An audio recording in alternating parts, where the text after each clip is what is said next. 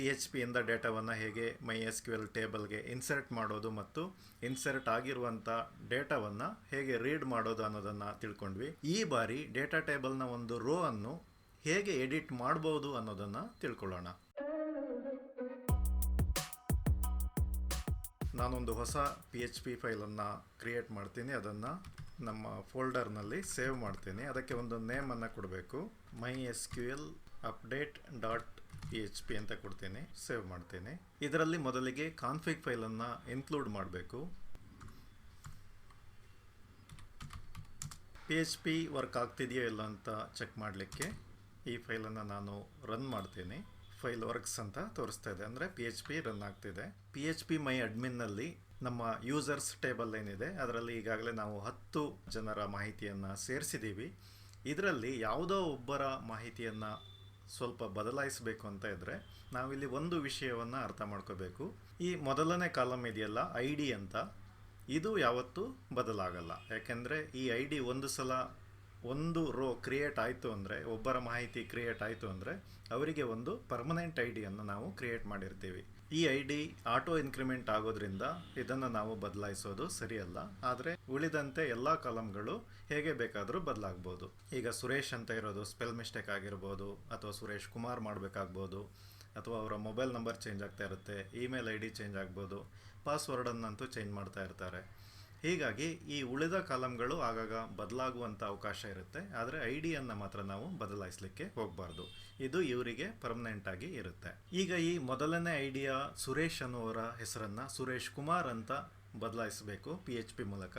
ಅದು ಹೇಗೆ ಅಂತ ನೋಡೋಣ. ಇಲ್ಲಿ ನೇರವಾಗಿ ಎಡಿಟ್ ಮಾಡೋದನ್ನು ಈಗಾಗಲೇ ತಿಳಿಸಿದ್ದೀನಿ, ಆದರೆ ಇದು ಎಲ್ಲ ಸಮಯದಲ್ಲಿ ಆಗೋದಿಲ್ಲ. ನಾವು PHP ಮೂಲಕನೇ ಮಾಡಬೇಕಾಗತ್ತೆ. PHPಯಲ್ಲಿ ಎಡಿಟ್ ಅಥವಾ ಅಪ್ಡೇಟ್ ಕೋಡನ್ನು ಹೇಗೆ ಬರಿಬಹುದು ಅಂದರೆ, ಯಾವ ಐಡಿಯನ್ನು ನಾವು ಅಪ್ಡೇಟ್ ಮಾಡಬೇಕು ಅದನ್ನು ತಗೋಬೇಕಾಗತ್ತೆ. ನಾನಿಲ್ಲಿ ಒಂದನೇ ಐಡಿಯನ್ನು ಅಪ್ಡೇಟ್ ಮಾಡಬೇಕಂದ್ರೆ ಈ ID ನಂಬರನ್ನು ನಾವು ತಗೋಬೇಕು. ಅದಕ್ಕೆ ಒಂದು ವೇರಿಯೇಬಲನ್ನು ಕ್ರಿಯೇಟ್ ಮಾಡ್ತೀನಿ, ID ಅಂತ =1. ಅಂದರೆ ನಮಗೆ ಒಂದನೇ ID ಬದಲಾಗಬೇಕಾಗಿದೆ. ಆಮೇಲೆ ನೇಮ್ ಕಾಲಮನ್ನು ಬದಲಾಯಿಸಬೇಕಾಗಿದೆ. ನೇಮ್ ಸುರೇಶ್ ಕುಮಾರ್ ಅಂತ ಬದಲಾಗಬೇಕು ಅಂತ ಇಟ್ಕೊಳ್ಳೋಣ. ಸದ್ಯಕ್ಕೆ 2 ವೇರಿಯೇಬಲ್ಗಳನ್ನು ನಾವು ಕ್ರಿಯೇಟ್ ಮಾಡ್ತೀವಿ. ಇದನ್ನು ಐಡೆಂಟಿಫಿಕೇಷನ್ ವೇರಿಯೇಬಲ್ ಅಂತ ತಿಳ್ಕೋಬೇಕು. ಅಂದರೆ ಒಂದನೇ ID ಇರುವಂಥದ್ದು. ಇದು ಯಾವ ಕಾಲಮ್ ಬದಲಾಗಬೇಕಾಗಿದೆ ಮತ್ತು ಅದರ ವ್ಯಾಲ್ಯೂ ಆಗಿದೆ. ಈಗ ಬದಲಾವಣೆಗೆ ಅಂದರೆ ಅಪ್ಡೇಟ್ಗೆ ಯಾವ ಕೋಡನ್ನು ಬರಿಬೋದು ಅಂದರೆ, ಇಲ್ಲಿ 2 ಸಾಲುಗಳನ್ನು ಬರಿಬೇಕಾಗತ್ತೆ. ಮೊದಲಿಗೆ ಒಂದು ಸ್ಟೇಟ್ಮೆಂಟ್ ವೇರಿಯೇಬಲನ್ನು ಕ್ರಿಯೇಟ್ ಮಾಡಿ, =db ಪ್ರಿಪೇರ್. ಈ ಬ್ರಾಕೆಟ್ ಒಳಗಡೆ ಡಬಲ್ ಕೊಟೇಶನ್ ಹಾಕಿ ಅಪ್ಡೇಟ್ ಆದ ಬಳಿಕ ಯಾವ ಟೇಬಲನ್ನು ನಾವು ಅಪ್ಡೇಟ್ ಮಾಡಬೇಕಾಗಿದೆ ಆ ಟೇಬಲ್ ನೇಮನ್ನು ಹಾಕಬೇಕು. ನಾವು ಅಪ್ಡೇಟ್ ಮಾಡ್ತಾ ಇರೋದು ಯೂಸರ್ಸ್ ಅನ್ನುವಂಥ ಟೇಬಲ್, ಯೂಸರ್ಸ್. ಅದಾದ ಬಳಿಕ ಯಾವ ಕಾಲಮನ್ನು ಸೆಟ್ ಮಾಡಬೇಕು ಅಂದರೆ ಅಪ್ಡೇಟ್ ಮಾಡಬೇಕು ಅನ್ನೋದನ್ನು ತಿಳಿಸ್ಬೇಕು. ಅದನ್ನು ಸೆಟ್ ಅಂತ ಬರಿತೀವಿ. ನಾವು ಅಪ್ಡೇಟ್ ಮಾಡ್ತಾ ಇರುವಂಥ ಕಾಲಮ್ ನೇಮ್ ಆಗಿದೆ, =?. ಇದಾದ ಬಳಿಕ ಯಾವ ರೋ ಅನ್ನು ಅಪ್ಡೇಟ್ ಮಾಡಬೇಕು ಅನ್ನೋದನ್ನು ತಿಳಿಸ್ಬೇಕು.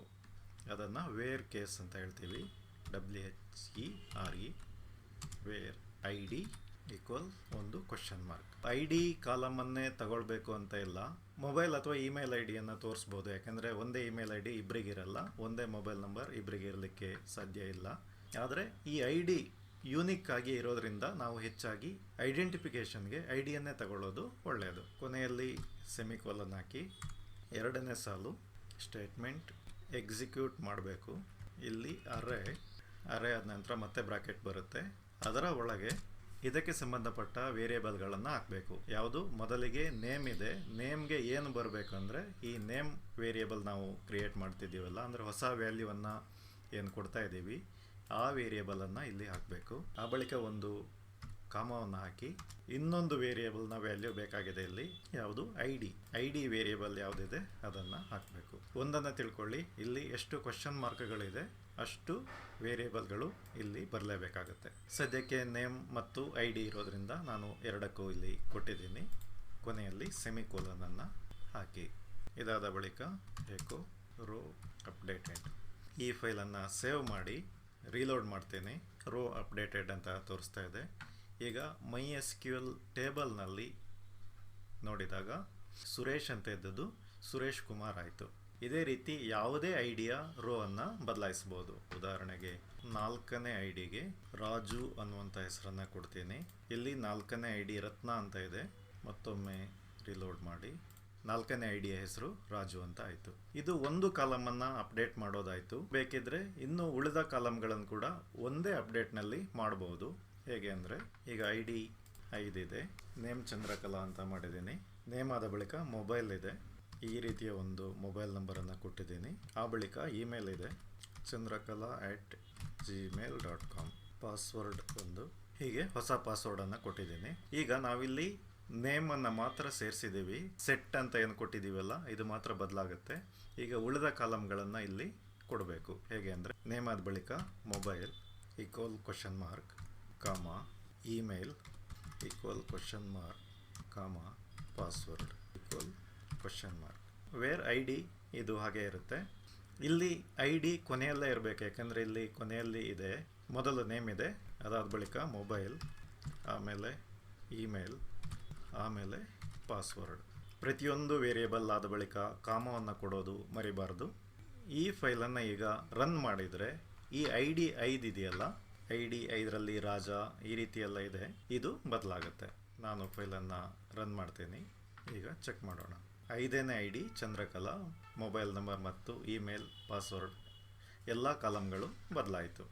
ಈ ಬಗೆಯಲ್ಲಿ PHP ಕೋಡ್ ಮೂಲಕ MySQL ಟೇಬಲ್ನ ರೋನ ವ್ಯಾಲ್ಯೂವನ್ನು ನಾವು ಬದಲಾವಣೆ ಮಾಡ್ಬೋದು. ಮುಂದಿನ ಸಾರಿ ಇನ್ನಷ್ಟು ತಿಳ್ಕೊಳ್ಳೋಣ. ನಮಸ್ಕಾರ.